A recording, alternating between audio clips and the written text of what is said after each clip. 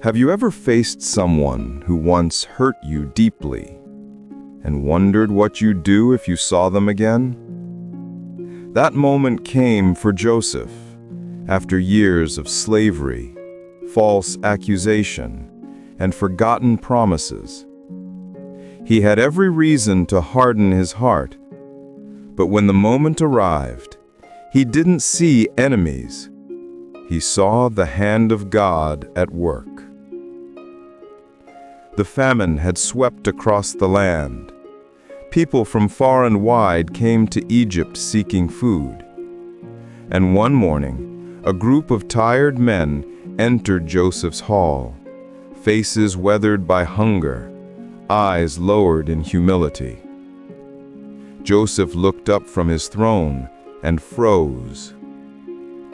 They were his brothers.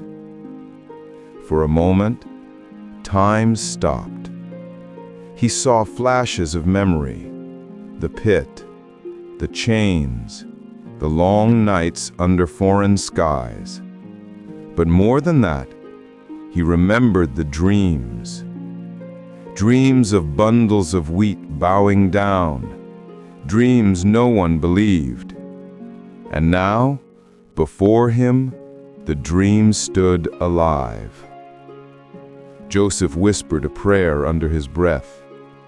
God, if this is the moment, help me forgive. He straightened his robe, hiding the storm in his heart. The brothers bowed low before him, not knowing whose gaze they felt. Joseph's lips trembled. His voice almost cracked as he asked, "Where have you come from?" "From the land of Canaan to buy food," they replied. They didn't recognize his voice, his face, his Egyptian clothing. But Joseph recognized every one of them. Joseph turned away, fighting the weight of memories. He could have sent them away. He could have taken revenge. But he needed to know if their hearts had changed. "You are spies," Joseph said harshly. "You came to see where our land is weak." The brothers gasped. "No, my lord, we are honest men. We are 12 brothers. The youngest is home, and one is no more." Those words hit Joseph like an arrow. One is no more. They still thought he was gone. He stepped back, unable to breathe for a moment. Inside, old wounds opened. The betrayal, the silence in the pit, the sound of silver coins. But instead of anger, something else rose inside him. Sorrow. He spoke again, voice trembling but firm. "Leave one of you here. Go bring your youngest brother. Then I will believe your words." Days passed, then weeks, and one morning the guards announced, "The men from Canaan have returned."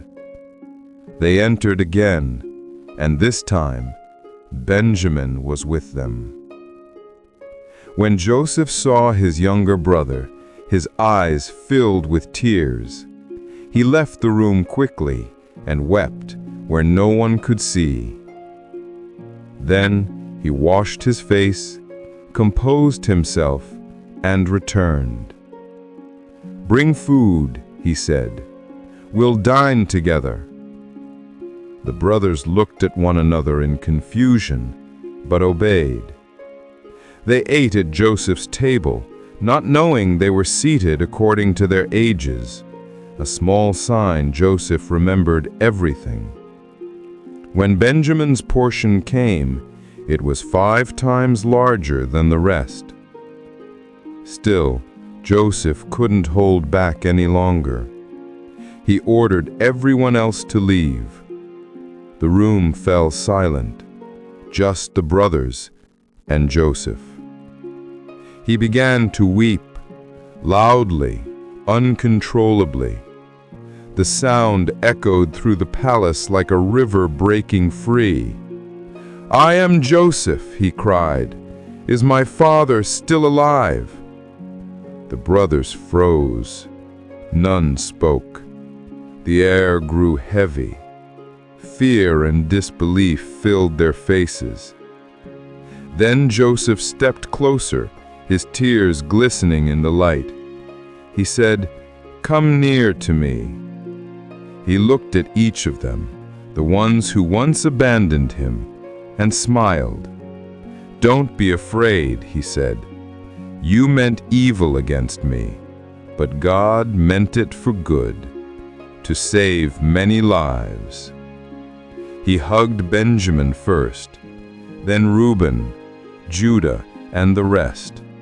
They all wept together, tears that washed away years of guilt and pain. Soon after, Joseph said, "Go home, bring our father, bring your families. You will live here in Egypt, and I will provide for you." The brothers left, filled with awe and relief. Days turned into weeks as the caravan journeyed back through the desert. When they reached Canaan, Jacob was waiting. They ran to him, shouting, "Father, Joseph is alive. He rules all Egypt." For a moment, Jacob said nothing. Then tears welled up in his eyes. His voice trembled. "Joseph, alive!" He rose slowly, leaning on his staff. "Then I must go to him before I die."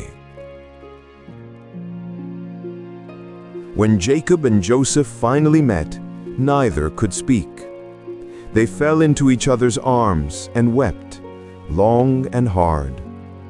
Years of pain melted into peace. The past had not been erased, but it had been redeemed. Joseph's life had been a story of valleys and mountains, from pit to prison to palace. And now, forgiveness completed what dreams began.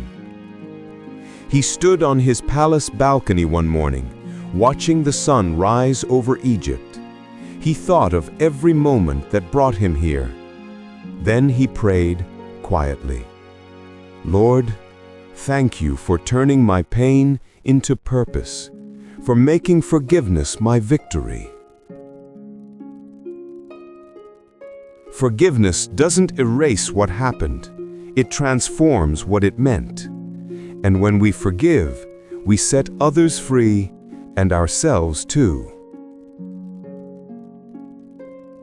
Joseph's story is complete, but God's story continues. Want to watch more tiny Bible tales? Subscribe and journey with us through the stories that shaped the world.